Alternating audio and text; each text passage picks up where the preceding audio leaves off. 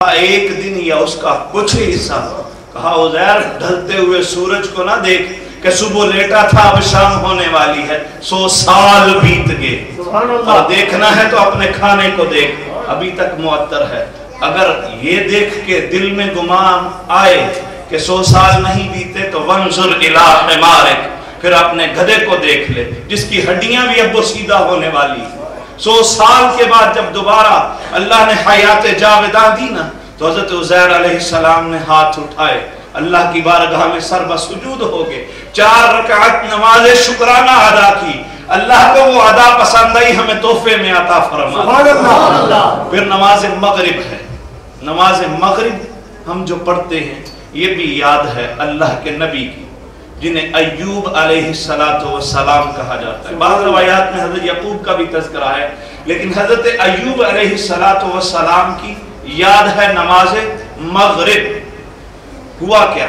حضرت ایوب علیہ السلام کو طویل بیماری کے بعد اللہ جل وعلا نے صحت عطا فرما دی۔ جب صحت ملی نا تو شکرانہ ادا کرنا چاہا، اور وہ وقت تھا نماز مغرب کا، سورج ڈھل چکا تھا، آگے رات شروع ہو رہی تھی، اللہ نے یہ انعام فرما دیا۔ آپ کھڑے ہوئے، نماز پڑھنا چاہیے، نماز کے لیے شروع کیا سلسلہ۔ جب نماز پڑھ رہے ہیں 4 رکعت کی نیت تھی، اٹھے 3 رکعت کے بعد، لیکن لمبی بیماری اور نکاہت کی وجہ سے اٹھ نہ سکے۔ جب اٹھنا چاہا اٹھا نہ گیا، بیٹھ گئے وہیں پہ نماز کی تکمیل کر دی۔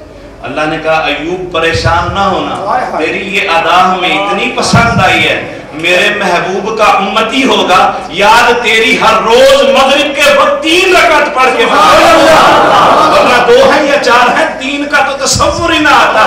اگر ایوب علیہ السلام نہ بیٹھتے تو اللہ نے ایوب علیہ السلام کی یاد منانا ہمارے لیے اس طرح ہمیں تحفے میں عطا فرما دیا۔ پھر آتا ہے کتب میں کہ حضرت ادریس علیہ السلام ہیں، نماز عشاء کا وقت ہے، مچھلی کے پیٹ سے نکلتے ہیں اور سر بسجود ہوتے ہیں، 4 رکعت نماز ادا کرتے ہیں، اللہ ہمیں وہ تحفے میں نماز عشاء عطا فرما۔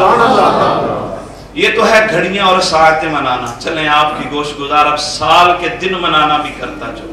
ہمارا دین سارا یادیں ہیں، یہ بات ذہن نشین رکھ لیجئے۔ دین کا اہم ترین فریضہ جس پہ جانے والا اس طرح ہو جاتا ہے کہ جیسے ماں کے پیٹ سے ابھی جنم لیا، جسے ہم حج کے نام سے جانتے ہیں۔ ذرا کبھی اپنا حج تو دیکھیے کہ ہمارا حج ہے کیا۔ یہاں سے میں جبہ پہن کے، اچھے کپڑے پہن کے، واسکٹ پہن کے، پتلون پہن کے، جو چاہوں اپنے اچھے سے اچھا لباس اپنے علاقے کا پہن کے، جب جہاز میں بیٹھتا ہوں تو کہہ دیا جاتا ہے حضرت اب اتار لیجئے، 2 چادریں پہن لیجئے۔ یا اللہ یہ کیوں پہنوں، میں اتنا خوبصورت لباس پہن کے آیا ہوں۔ کہا تجھے نہیں پتا کہ تو جا کدھر رہا ہے، وہاں تو یادیں بکھری ہیں قدم قدم پہ میرے ابراہیم کی، میرے ابراہیم کا لباس تھی 2 چادریں، اب تو بھی ان 2 چادروں میں وہاں جائے گا۔ پھر جب پہنچتا ہے نا میدان عرفات میں، نماز ظہر سے مغرب تک کا وقت ہے، صاحب وہ جو گئے ہیں اللہ انہیں بار بار جانا نصیب فرمائے، جو نہیں گئے اللہ ان کو بھی توفیق مرحمت فرمائے۔ میدان عرفات میں جب بندہ پہنچتا ہے، نماز ظہر سے مغرب کا وقت ہے، کوئی جملہ اپنی زبان سے ادا نہ بھی کرے، اللہ اس کو اس طرح دھو ڈالتا ہے جس طرح ابھی ماں کے پیٹ سے اس نے جنم لیا۔ اگر کچھ پڑھ لے پھر تو اور بھاگ سولے ہوئے نا، اگر کچھ نہیں پڑھتا ہے 9 ذی الحج کو جب پہنچتا ہے وہاں پہ تو اس کو یہ مقام مل جاتا ہے۔ میں سوچ میں پڑا کہ کیوں یہ مقام ملتا ہے وہاں پہ جا کے، تو کتب جب کھنگالی تو پتا چلا کہ 9 ذی الحج کا دن تھا، عرفہ کا مقام تھا، میری اماں اور ابا حوا و آدم وہاں پہ ایک دوسرے کو پہچان چکے۔ سبحان اللہ، یہی دن تھا اس دنیا میں جب آئے نا تو پہلی ملاقات عرفہ کے مقام پہ ہوئی۔ اللہ کو وہ ملاقات کرنا ہی اتنا پسند آیا جس سے پوری دنیا آج بنی ہوئی ہے۔ اس باپ آدم کی ملاقات کو اللہ نے اتنا پسند کیا، کہا آدم تیری اولاد ہے نا، جنم لیتی آئے گی، جب یہاں آئے گی اس کو ویسا ہی بنا دوں گا جیسا جنم لیا، اس کے پلے کوئی گناہ نہیں رہنے دوں گا۔ پھر آئیے رمی جمار کیا جاتا ہے، وہ بھی یاد ہے اسماعیل و ابراہیم۔ آج وہاں پہ ہمیں کوئی شیطان نظر تو نہیں آتا ہے، لیکن وہ بت بنے ہیں،